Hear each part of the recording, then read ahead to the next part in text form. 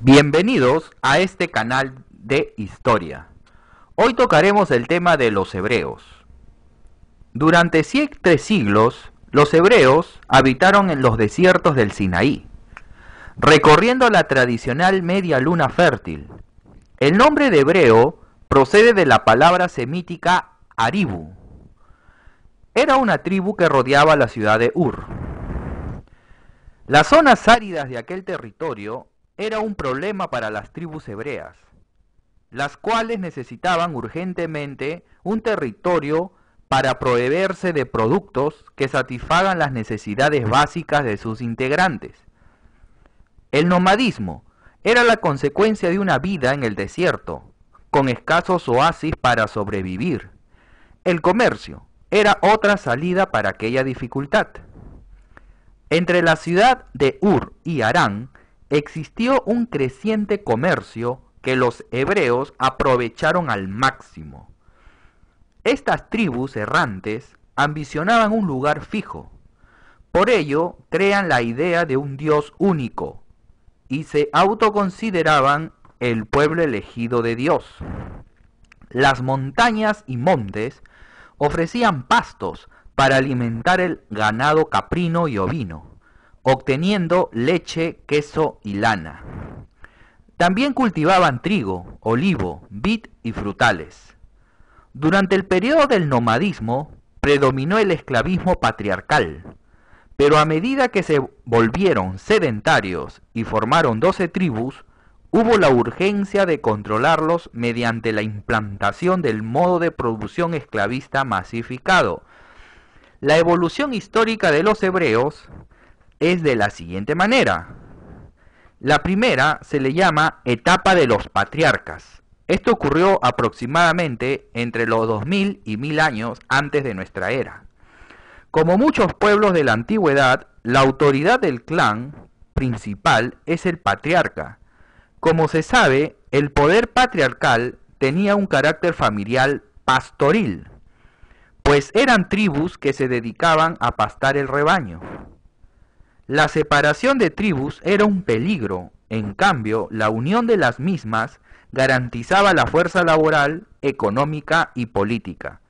Con el liderazgo de patriarcas como Abraham, Isaac, Jacob, el pueblo de Israel no era estrictamente monoteísta. Yahvé, el Dios hebreo, se consolida después de la etapa patriarcal. Los hebreos emigran a diferentes regiones, como la península arábiga, desiertos, oasis. También viven por un tiempo alrededor de la ciudad de Ur, Canaán, los valles del Jordán, entre otros. De este modo ingresan a Egipto, donde se convertirían en esclavos. Aquí cabe la pregunta: ¿cómo lograron salir del imperio faraónico? ¿Cómo consiguieron oro para elaborar el becerro ídolo? ¿Pueden unos esclavos poseer tal recursos en sus alforjas? Los arqueólogos fijan el éxodo a finales del siglo XII, antes de nuestra era. Documentos egipcios revelan que esa época fue llena de dificultades para los faraones, coyuntura llena de invasiones de pueblos vecinos. Fue una época propicia para liberarse del dominio faraónico. Moisés se convierte en el líder político y religioso, quien guía a los hebreos por el mar de las cañas.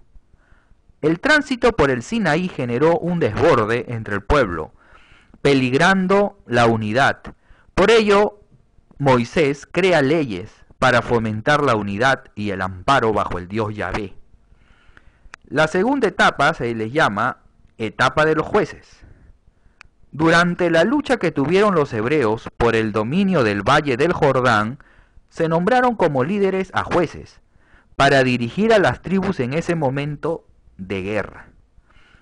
Entre los jueces más destacables tenemos Gedeón, quien enfrenta a los madianitas; Sansón, quien logra un triunfo efímero contra los filisteos; Samuel, quien es el que crea la monarquía, uniendo a todas las tribus en un gobierno central.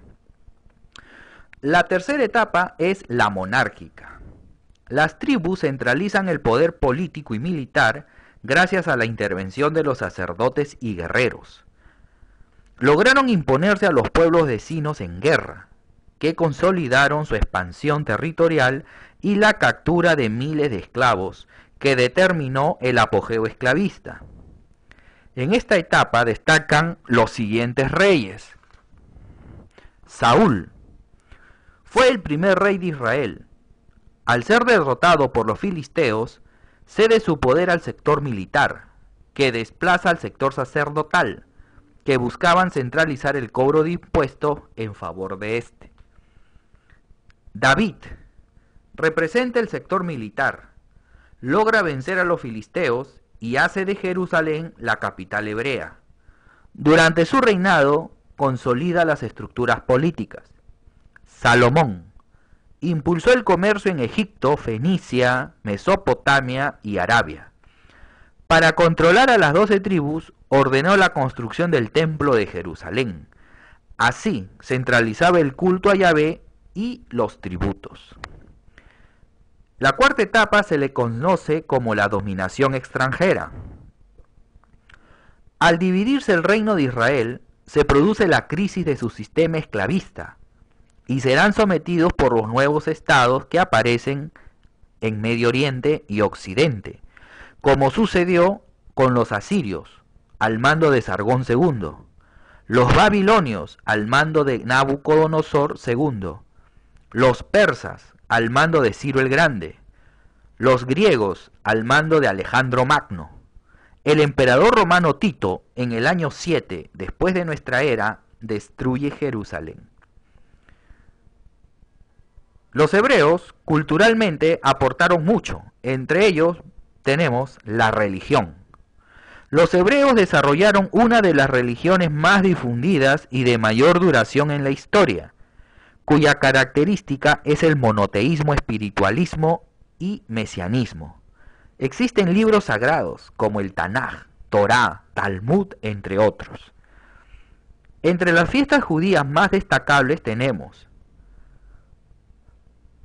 la Pascua, el Pentecostés, la fiesta de los tabernáculos, el Sabbat, la fiesta del jubileo, entre otras. Bueno, hasta aquí pongo fin a este tema. Conmigo será hasta la próxima. Muchas gracias.